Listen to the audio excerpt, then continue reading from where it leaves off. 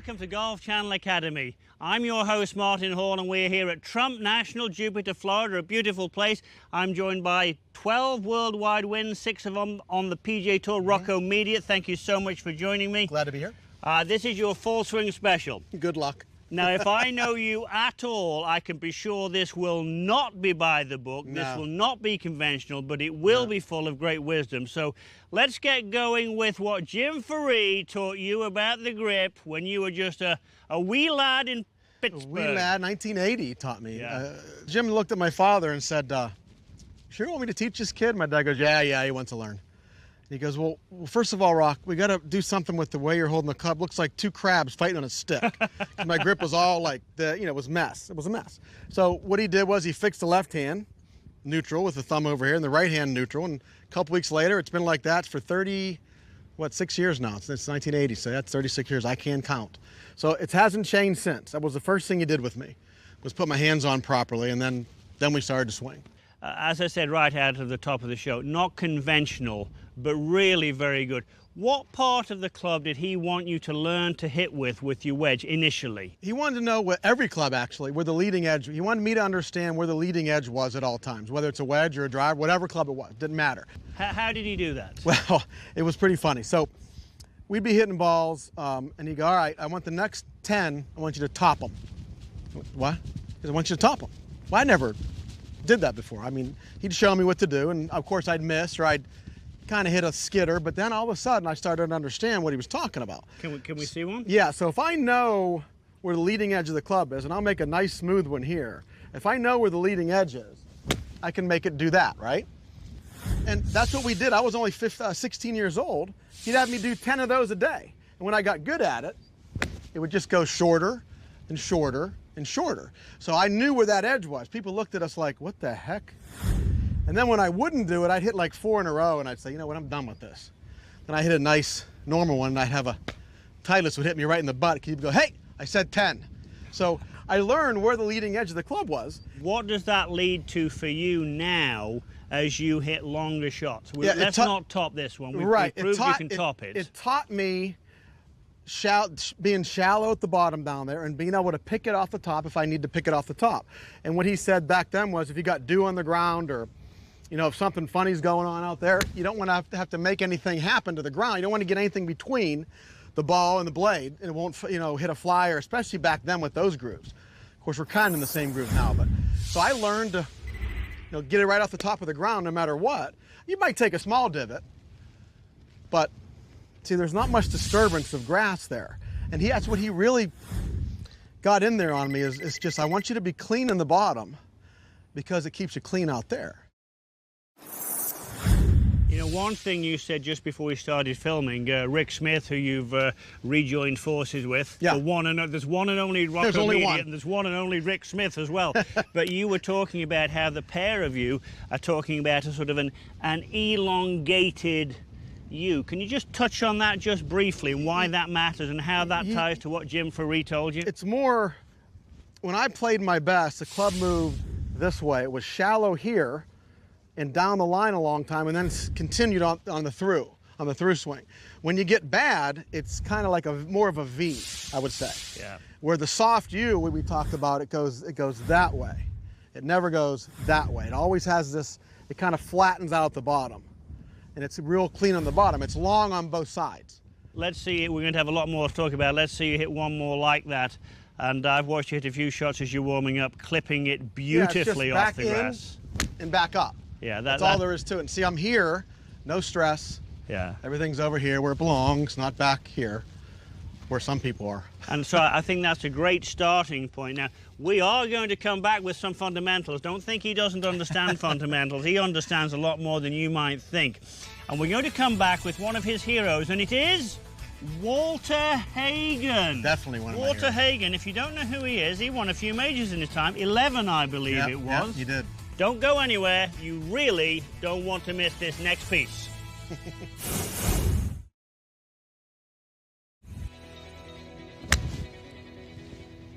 Ooh, that was nice. Another good one, a good contact. We're back. We've changed clubs from a wedge. We're now hitting an 8-iron.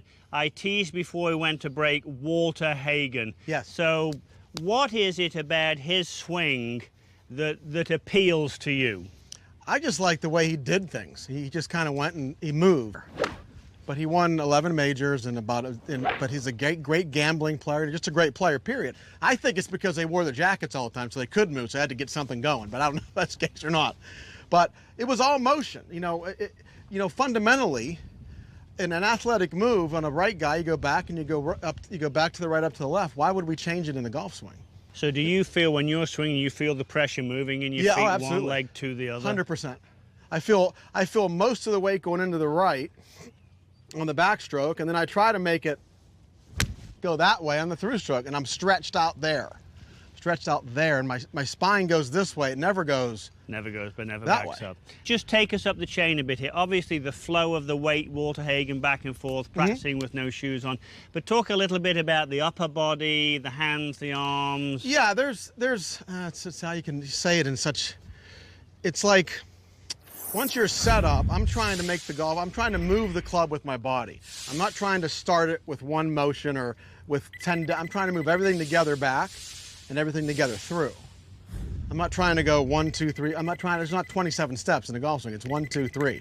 It's actually 1, 2, 3s in a result, right? So I try to feel like the club moves back in here, up, somewhere here, and then I try to get it that way on top. I feel like the right's going that way.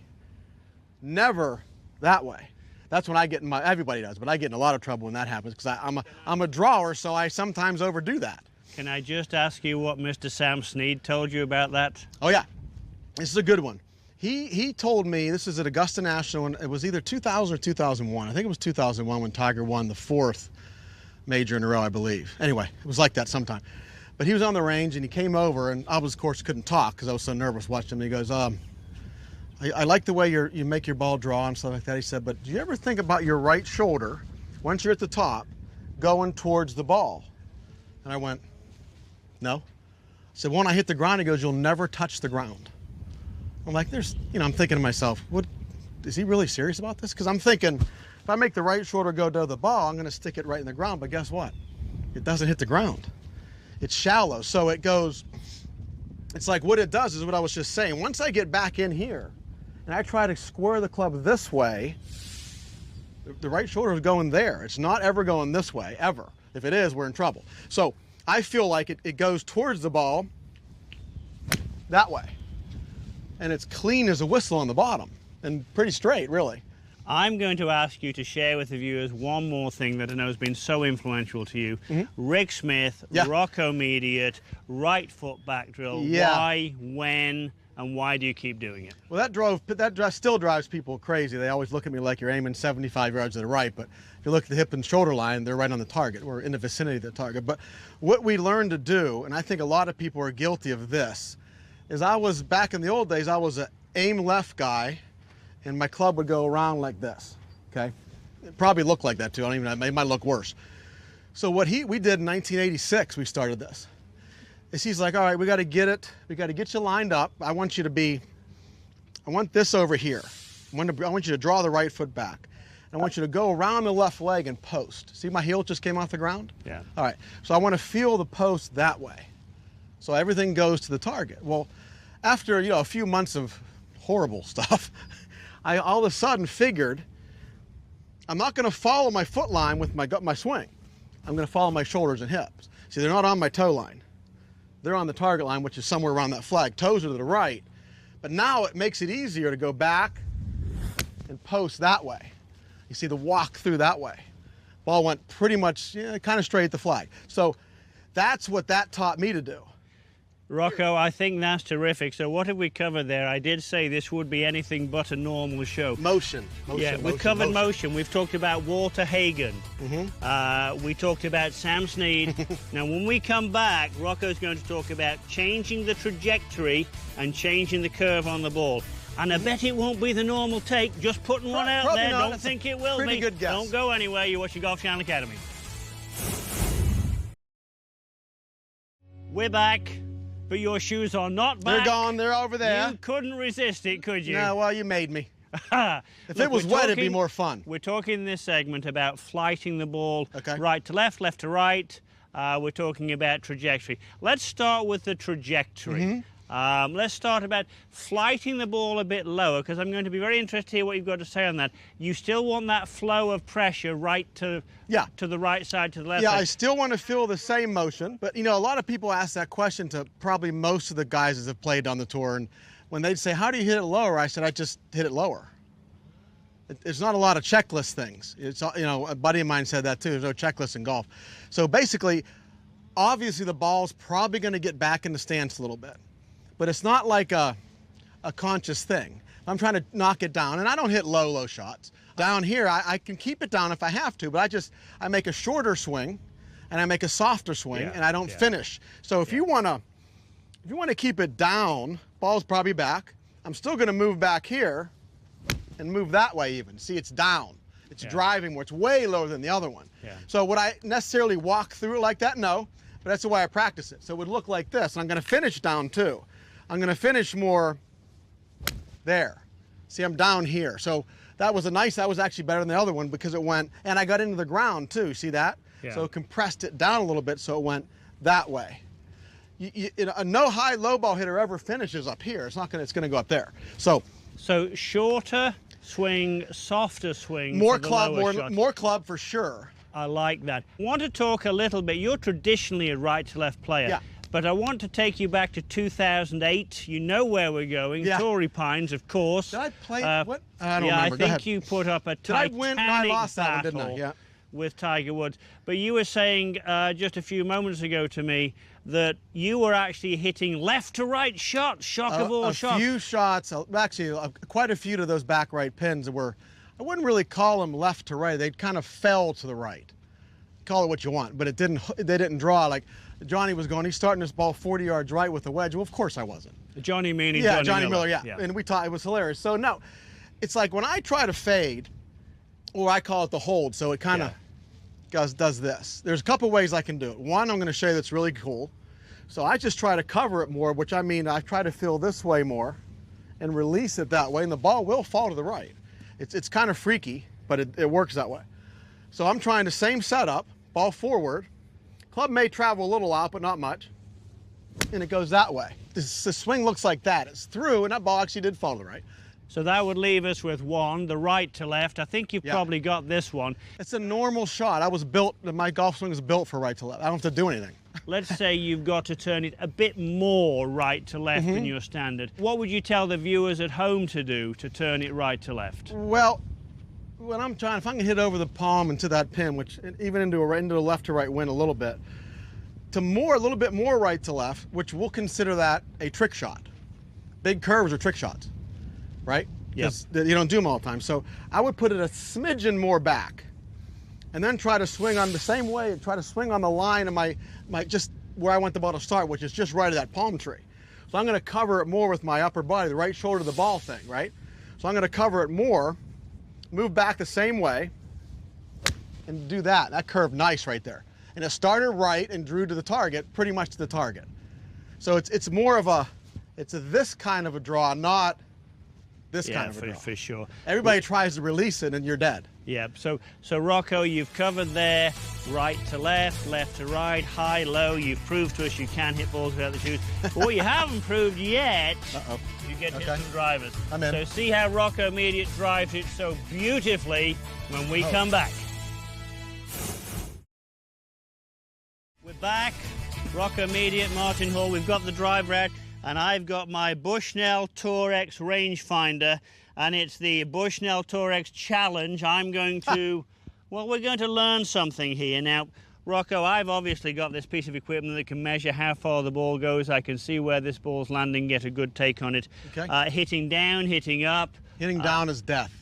Hitting down, death. With a driver it is. For distance. With a drive, yeah, it's no good. It's too much spin. Want me to try one? Well, yeah, good idea. Yeah. So let's do this. I'll get my shadow out of the way a little bit. Does that have enough yardage for me in the laser? Like, does that have 800 yards or just 5? This one's souped up. I was just checking to make sure I didn't want to go out of the realm of the... on this occasion, you're going to hit down too much on purpose. It's going to go crooked and lousy, so we'll see. I'll try it anyway. Yeah, see how it kind of... It was straight, but it was an upshooter kind of thing. Well, let me just shoot that so I've got a number here. 424? No? Dang. I've actually got a different number than 424. I've got 237 into the wind. That was in the same. Now, not that that's a horrible drive. That's not good. You did that on purpose for the benefit. So let's just see what happens now. When we toast one? Well, so you like to hit up at the ball? Well, I do it naturally. I'm 4 or 5 up, 4 or 5 degrees up. I'm not, but doesn't mean I'm this way though. That's another miss. I'm just basically I'm using it's this way. I'm never like that. That would almost hit you. So it's hard to explain, but the club moves that way in the actual loft shoe. So I'm +3, +4, +5 sometimes. So that's why for my swing speed, which is not fast, it's 100 maybe, I get plenty of distance because I have good launch condition. Let's see. So I'll show you what I mean. The last one was 237 when you were Mr. Axeman hitting down on it. So I'll make my normal one here. See what you get hitting up at it. And see how she works. Yeah, kind of different. Yeah, I would say so. Now that's a higher launch, very lightly less spin. I think I just went in that parking lot. This one is 269 into the wind. That was better. So what we're looking at there is the difference between 237 and 269. And very likely the club head speed wouldn't have changed. So pretty much true. That angle of attack vital. Now for that, so very interesting info there. Good to know how far you're hitting the ball. Always. Yeah, absolutely. I use it all the time. In regard to that, how high does Rocco usually tee the ball? I change heights a lot, depending on the hole I'm looking at. Like if I want to keep it down, for instance, I'll just do one of these. This is my favorite shot, actually.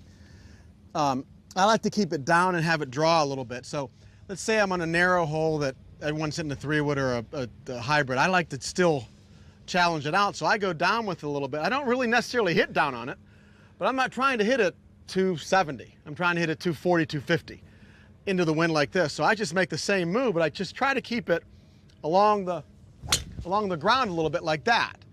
So that'll run a long way. Who knows how far it'll run on the fairway, but it's right down the pipe. Chip shot. I call it a chip shot. But then, if I'm on a normal hole and I don't need to do that, my normal tee height's about right there. And that last one was, down there somewhere. So the more you hit down on it, or the more the ball's teed lower, you will spin it more. And sometimes you want to spin it more. So I like to have those little chips around. I'll change trajectory a lot.